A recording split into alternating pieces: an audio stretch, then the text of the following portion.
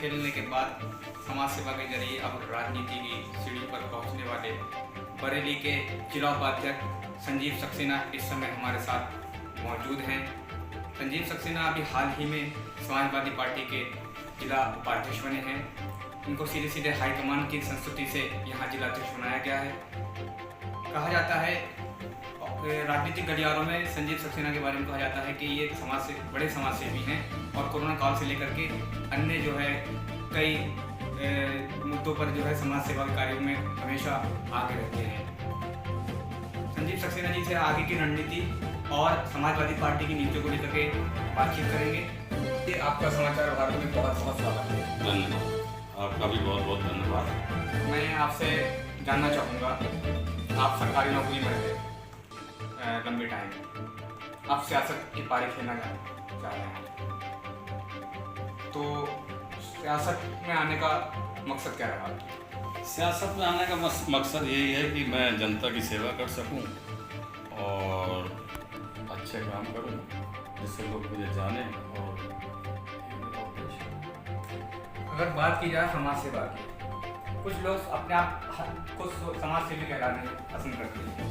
जब जमीन पर देखो कोई कार्य नहीं होता। मैं आपके समाज सेवा के कार्य जानना चाहूँगा जो वास्तव में समाज सेवा के रूप में। मैं आपको यह बताना चाहूँगा, वर्ष 19 में मैं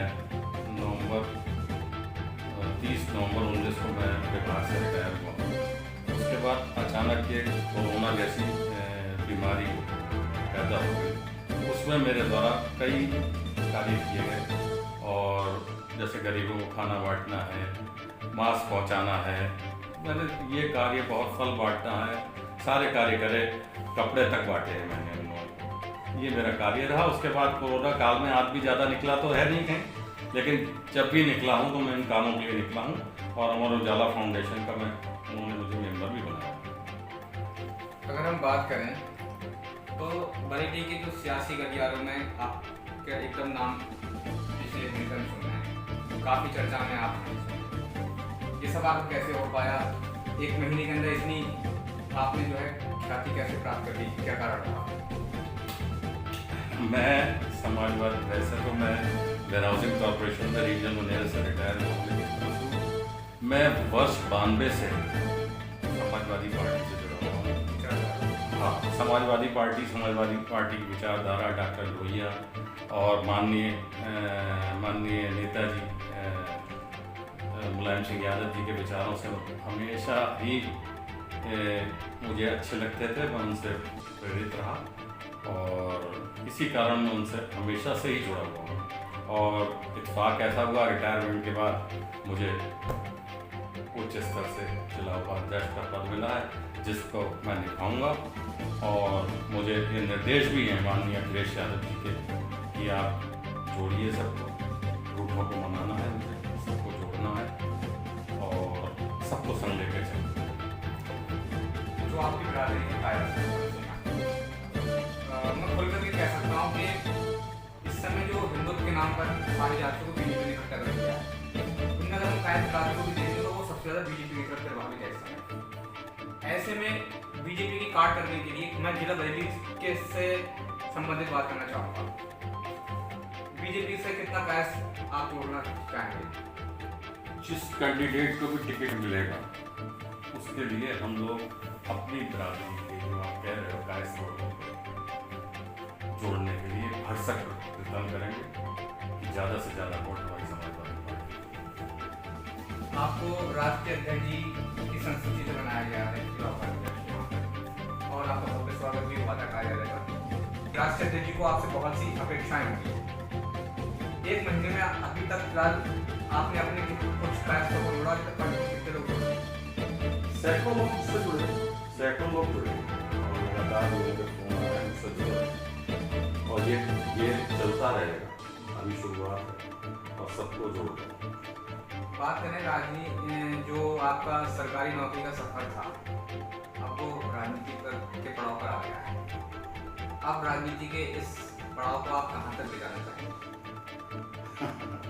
अभी तो मैं जिला उपाध्यक्ष बनाया गया हूँ। मैं पहले तो इसी जो मुझे ये दायित्व सौंपा गया, इस दायित्व को निभाने का पूरा प्रयास करूँगा और बाकी जैसी भी राष्ट्रीय अध्यक्ष होने इच्छा हो उसके कार्य करूँगा। बड़ी जनता चाहने वाले लोग बड़े जैसा हम लोग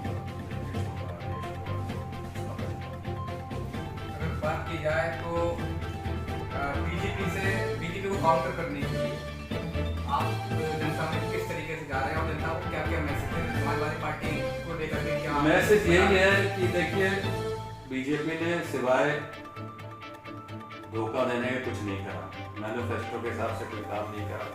आज आप देखिए सड़कों का हाल बुरा हो रहा है, गड्ढे ही गड्ढे हैं, महिलाओं का उत्पीड़न हो रहा है, किसानों के लिए कितनी समस्याएं हो रही हैं, रोडों पर धरने दे रहे हैं, कोई सुनवाई नहीं। अगर सक्सेना जी बात की जाए तो भारतीय जो आपकी बिरादरी है वो अगड़ों में आती है, जनरल कास्ट बीजेपी को कहते हैं जनरल कास्ट की पार्टी मानी जाती है।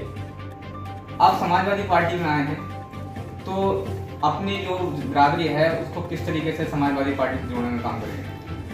देखिए जोड़ने के लिए इतना काम ये करेंगे, हम बताएंगे कि माननीय अखिलेश जी ने कितने ज़बरदस्त काम अपनी सरकार में करे और वही एक मेन बेस है। जो आदमी कार्य करेगा उसी को पब्लिक पसंद करेगी। कोरोना काल में बहुत ज़्यादा हाई तोबा मची रही, पहली लहर में जितनी थी उससे ज़्यादा दूसरी लहर में रही, ऑक्सीजन का अभाव रहा।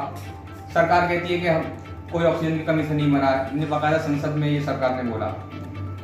तो कहीं ना कहीं हमने ये देखा है कोरोना काल में समाज सेवी बहुत आ गया है, जिसको देखो कोई ट्रस्ट आ गया रहा, कोई एनजीओ आ गया रही है। ऐसे में आप के बारे में भी कहा जाता है कि आपने भी काफ़ी कार्य किए हैं, तो थोड़ा मैं जानना चाहूँगा कोरोना काल में आपके क्या क्या कार्य रहे? कोरोना काल में हमने मास्क बांटे, खाना खिलाया गरीबों के लिए और कपड़े बांटे, फल बांटे, यही सब कार्य करे और लोगों को हॉस्पिटल पहुंचाया।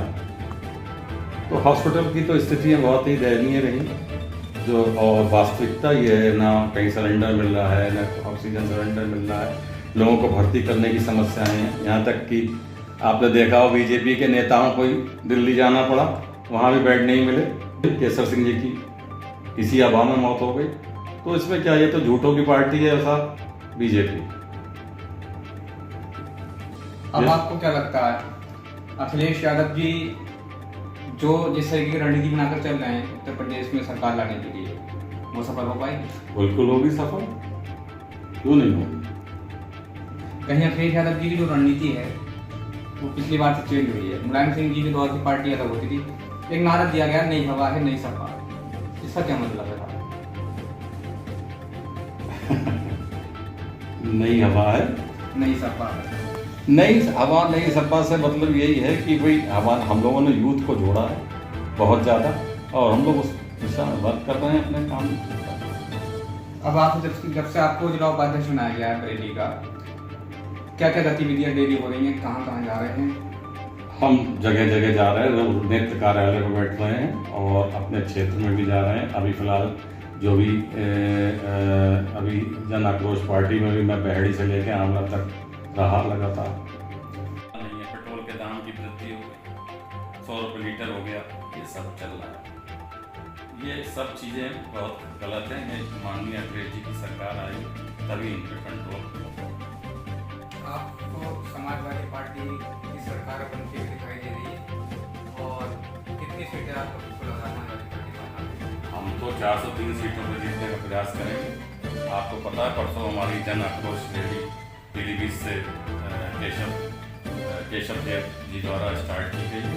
हम लोग का उनके संग अलायंस हुआ है और बहुत ज़बरदस्त रैली हुई है। उसमें पिछड़ों को जोड़ने का हमारी पार्टी द्वारा उनके संग आए हैं, हमारी पार्टी ने उनको जोड़ा है।